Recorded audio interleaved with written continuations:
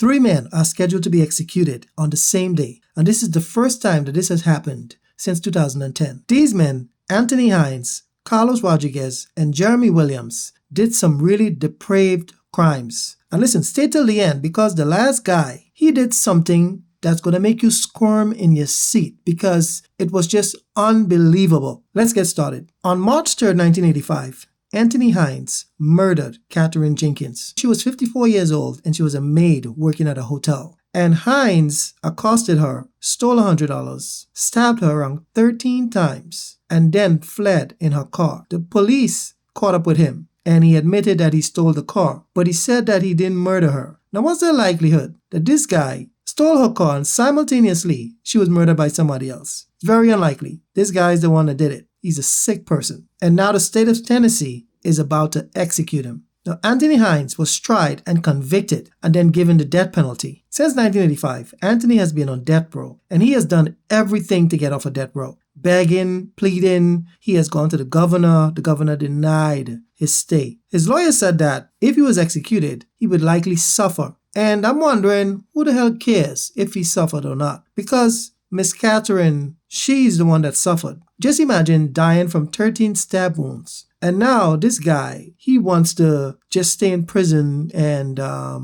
get free meals and shelter and, just live a nice, quiet life. So I want to read a statement from Catherine's son. He put out this statement after Anthony's lawyer said that he was concerned that Anthony was going to suffer at the hands of the doctor who was administering the death penalty. So this is what he said. I got a few words to say to those of you that may be concerned as to whether or not this animal suffered, said her son, Dennis Jenkins. Let me tell you what he did to my mother 41 years ago. He stabbed her 13 times, one of which went all the way through and came out her back. He then went on to sexually assault her with a knife that he had just stabbed her with. And her son then go on to say, I hope he did suffer. He's saying he hoped Anthony Hinds suffer when he was killed via the death penalty. So Anthony Hinds has been on death row for 41 years. 41 years of free meals and free shelter and TV and exercise machines, and this justice system in America, it's ridiculous. Like, how is somebody on death row for that long? Why is the system so slow? I mean, you put them on death row, they file an appeal. I think there's like 3 appeals, right?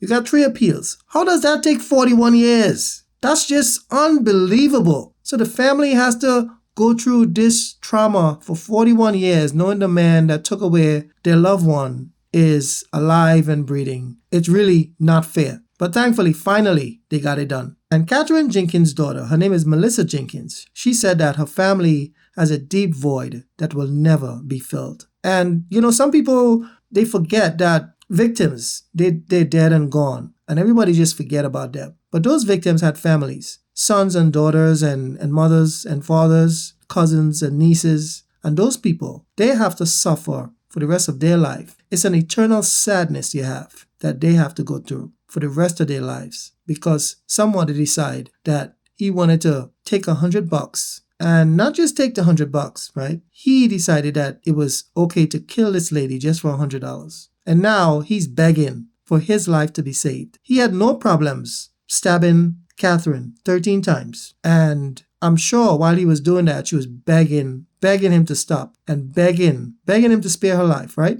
And he didn't stop until she was dead. Then he left with $100, stole her car, and then for 41 years, he's begging to get off of death row and he wants sympathy and all that. Like, how can people have sympathy for someone like that? So for 4 decades, Catherine's family had to go through unimaginable pain and grief. And finally, it's over. So this is what her family also said. They said, the execution does not bring closure or their mother back, but it does finally bring justice. Somebody like Anthony Hinds is not going to be missed. He's just scum of the earth. Nobody want him around. Our next case is out of Oklahoma, and the murderer is called Carlos Rodriguez. Now, Carlos was a man living with a woman, common law wife. They've been together for a long time. Carlos became paranoid because he thought that his common law wife, Olympia Fisher, she was 43 at the time. He thought that she was cheating on him. And he started following her around everywhere. And there was no evidence she was cheating. He was just, one of those controlling, paranoid person. Olympia Fisher was preparing to be a grandmother. She had an 18-year-old daughter, and they were both excited for the baby to come. So as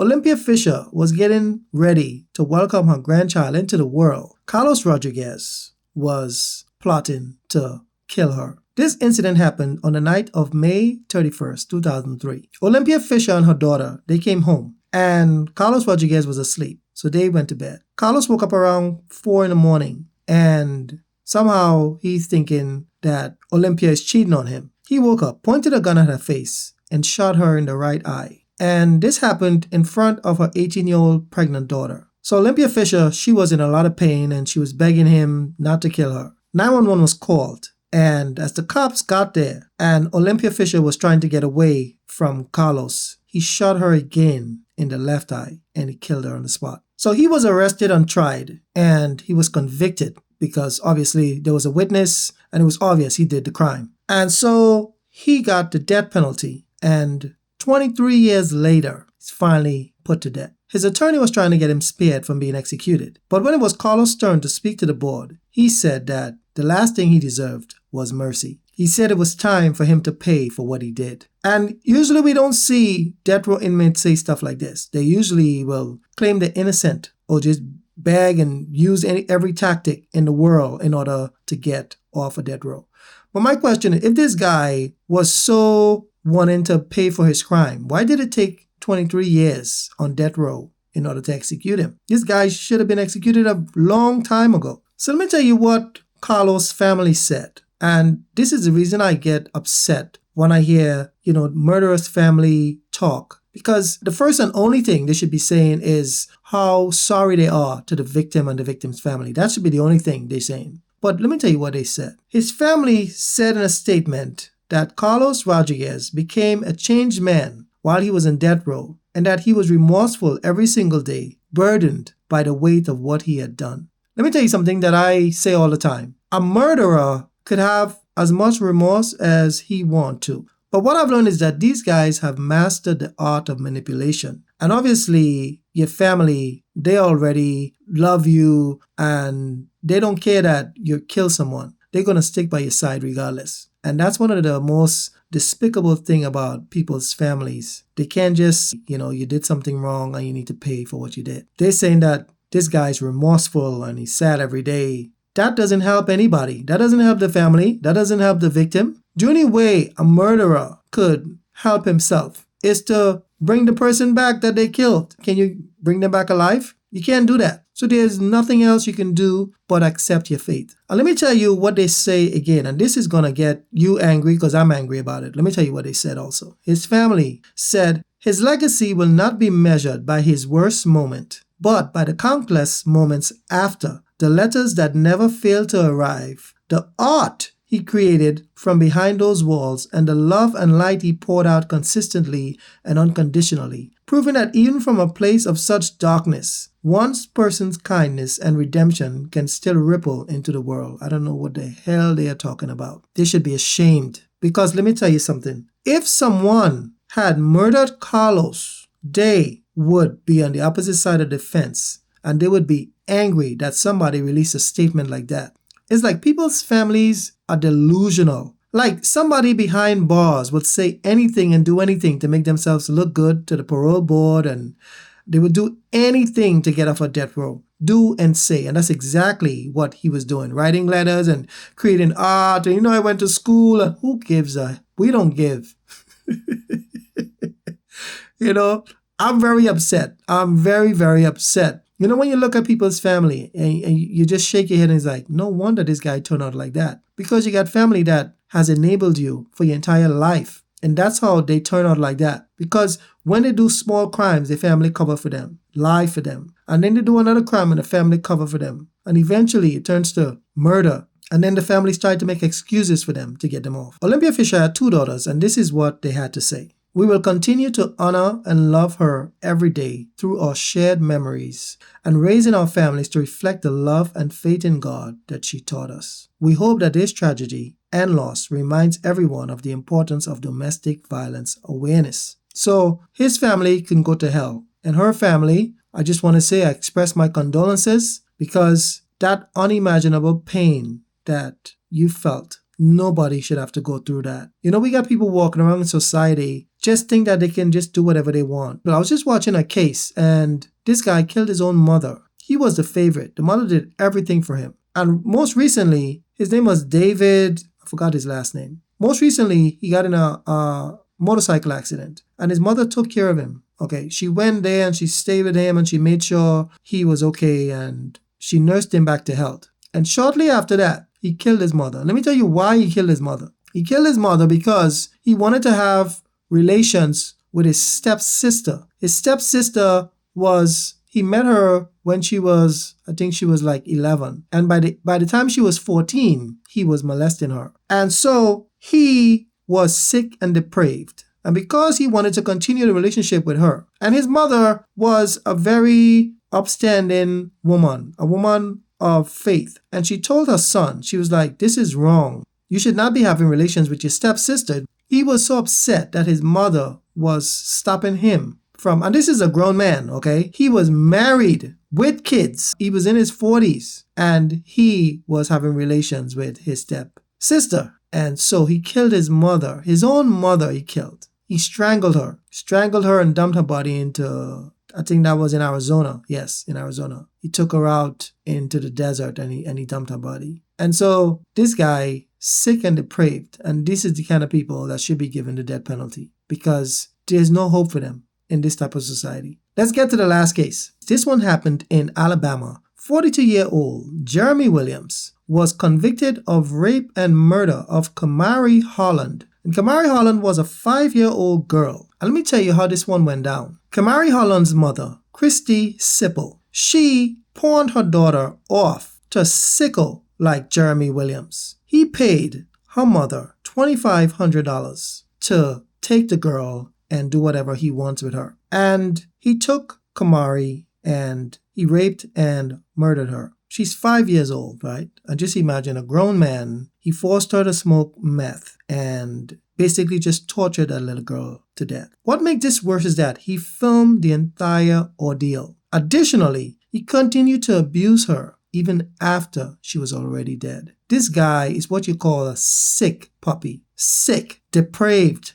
evil, the worst of the worst. And the mother, Kirsty Sipple, she was abusing her own daughter. And the reason why she was doing that was because she was a drug addict. And that's why I say that people on drugs, they're the worst for society. I don't understand why would somebody ever want to take drugs. Everyone knows what drugs do to you. It destroys your life. Why would you even try it? If you know it destroys individuals, it destroys families and kids, and it's the worst thing that you can do. Why? Why still take drugs? And then the excuse they want to use is that, oh, I was on drugs, that's why I did this. But nobody forced you to take drugs. You're the one that went and took drugs on your own. So you cannot blame the drugs after you do something that you shouldn't have done. So her mother, she was convicted and got 20 years in jail. That lady should have gotten life. That's not justice. She's just as responsible for that girl's death as Jeremy Williams.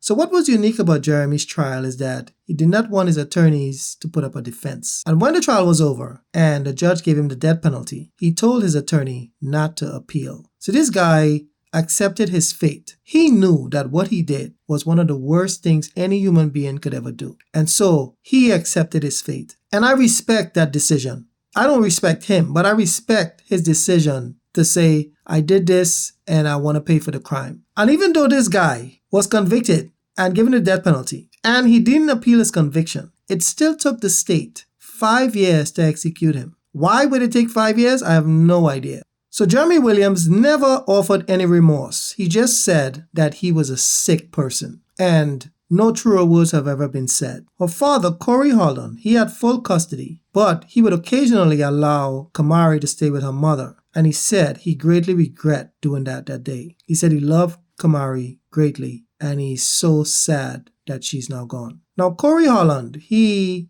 did a really stupid thing because he had to know that the mother was on drugs. Because I'm sure the reason he got full custody was because she was on drugs. So why would he allow his child to go with her mother unsupervised who is on drugs? Why would he do that? And I'm not blaming him. for the child's death, but he should have never allowed that child to go stay with her mother unsupervised. So there is an uptick in the people that are executed. And I am so happy because these guys think they can just go around and kill people. The death penalty should be on the clock for everyone in every state. If you murder somebody, you should expect to get the same fate. But I have to applaud the southern states, Florida, Oklahoma, and all the other states that have the death penalty in place. And these guys, they use it. People shouldn't have to live in fear. And if these guys decide that they're going to murder someone, there should be a steep consequence for what they did. And the death penalty should be on the table for just every one of those depraved, evil people. That's it for this video. Thanks for watching, and I'll see you in the next one.